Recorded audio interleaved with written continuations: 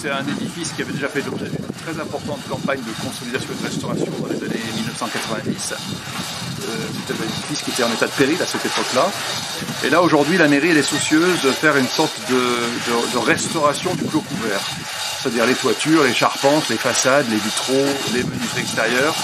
Parce qu'il y a eu quand même des problèmes d'infiltration d'eau, on a eu des problèmes avec la foudre, des problèmes de couverture avec des décroches. Donc l'objectif c'était de se dire on fait voilà, une sorte de régénération du clos et du couvert, des façades, des parements extérieurs, tels qu'on les voit ici. Il y a des joints à refaire, il y a des végétaux à enlever, il y a un électrique qui est classé monument historique depuis 1914 ou 17 je crois. Donc c'est quand même un édifice qui a été reconnu très tôt pour sa valeur patrimoniale. Je suis une sorte un peu de chef d'orchestre en quelque sorte, je peux écrire la partition, mais après c'est pas moi qui la joue. La réussite elle dépend de la qualité des entreprises et de leur technicité, de leur savoir-faire. Là on a globalement sur ce chantier de très bonnes entreprises, sur tous les corps d'État qui ont été retenus pour cette opération. Il faut un maître d'ouvrage qui fasse confiance et qui suive l'architecte. Nous, on est l'entreprise Maurice Naillet, on est basé à Clermont et on fait de la charpente et de la couverture. Moi, je suis Tivenne Defel, conductrice de travaux pour l'entreprise. Là, vous avez Ludovic, le chef couvreur, et Lucien, le chef charpente. Et vous allez reprendre chaque lose ou quoi? Voilà, alors on reprend les épaufrures de façon à ce qu'elles soient à peu près belles. Voilà, là, il y a une épaufrure dans un sens, et là, c'est pour les jonctions latérales, de façon à ce que lorsque la lose est posée, vous voyez, on va donner des petits coups de marteau pour que celle-là pousse bien. On prend ça essentiellement sur le tas, quoi. Et donc moi j'ai appris... avec les anciens oui, en Corrèze. Et du coup, c'est un peu devenu, on va dire entre guillemets, ma spécialité, parce que j'adore ça. En fait, on fait ce qu'on veut un peu de la matière. On peut lui faire des formes arrondies, et ainsi de suite. Après, le but du jeu, c'est d'arriver à former des jeunes là-dessus. Voilà. Là, il est en dessous. Ouais. Voilà. D'accord, mais... On fait un peu de travail aussi avec moi. C'est là, moi je suis un peu plus charpentier par contre, je suis venu en renfort aujourd'hui. Non, moi non plus, je suis charpentier, je suis venu en renfort aussi. De refaire complètement la couverture, de reprendre la charpente à l'intérieur parce qu'il y a quelques soucis sur le toit et de restaurer le beffroi, c'est la structure qui maintient les cloches. Et il y a des soucis aussi, comme il faut remettre les cloches en route avec le balancement des cloches, pour que la structure soit très solide et pour l'instant c'est pas assez clair.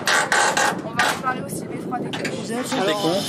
Donc c'est le lot maçonnerie pierre de taille, tout ce qui est installation de chantier également, avec l'échafaudage. Le montage de l'échafaudage. 2 semaines et demie. Il y a des vitrail. Je fais ça quotidiennement et un travail de création aussi que j'aimerais bien développer. Non seulement on a une obligation de résultat vis-à-vis de notre commanditaire, de notre maître d'ouvrage, donc ici la mairie, mais aussi vis-à-vis de notre tutelle, qui est la DRAC, donc le ministère de la Culture. Voilà. Trop tard à l'allumage, au démarrage, on aurait dû démarrer un peu plus tôt, mais j'ai bon espoir qu'on devrait voir la fin à juillet 2022, on devrait pratiquement être sur la fin de la restauration extérieure, peut-être avec un petit léger débordement sur septembre pour faire terminer les dernières finitions. Au niveau national, qu'il y a vraiment une prise de conscience bien sûr des autorités, mais de tout le monde, que le patrimoine est important et qu'il faut le préserver, parce que c'est notre identité, notre histoire. Il y a une prise de conscience. Je crois qu'elle correspond aussi à cette quête et à cette recherche d'identité à l'heure de la mondialisation, où les gens perdent leurs repères. Je pense que retrouver des repères locaux sur son histoire, sur là d'où on vient, prend du sens à cette époque un peu où on perd ses repères. Et je pense que du coup le patrimoine devient une vertu et devient quelque chose où les gens se retrouvent, parfois de manière très collégiale justement sur un projet de restauration. Et le patrimoine, c'est aussi, je dirais, ce qui fait sens par rapport au temps qui nous a précédés, aux civilisations qui se succèdent, et à ce qu'on transmet.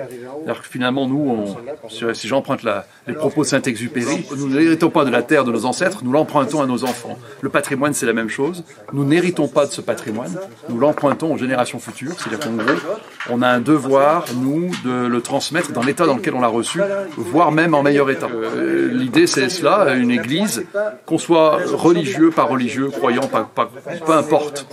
Les monuments font sens parce qu'ils, comment dirais-je, ils ont une signification particulière et ils parlent d'une époque et d'un monde qui a été quand même façonné par la religion, qu'on le veuille ou non. Hein, je dirais depuis la nuit des temps, la religion, c'est celle qui a construit nos monuments, c'est celle qui a parfois gouverné les États, qui a créé les civilisations, en partie. Donc je crois qu'il faut bien avoir conscience de ça. On ne peut pas simplement se dire, on ne peut pas avoir une position anticléricale comme ça, toute bête.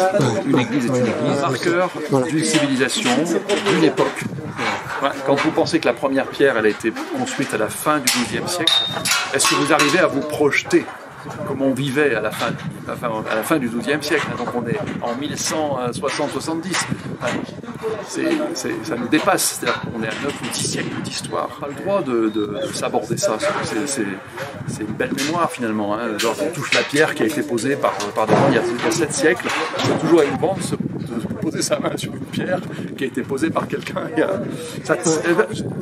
C'est comme le bon vin, vous voyez, ça franchit, ça passe les étapes et les époques et ça vieillit très bien. C'est une lourde opération pour la commune, mais nécessaire si on veut garder cette richesse, ce patrimoine. Lourde opération pour la commune, c'est une opération qui a demandé beaucoup de préparation, mais globalement 92% de subvention, donc 10 ans de préparation pour espérer voir un aboutissement complet des travaux d'ici 2 ou 3 ans.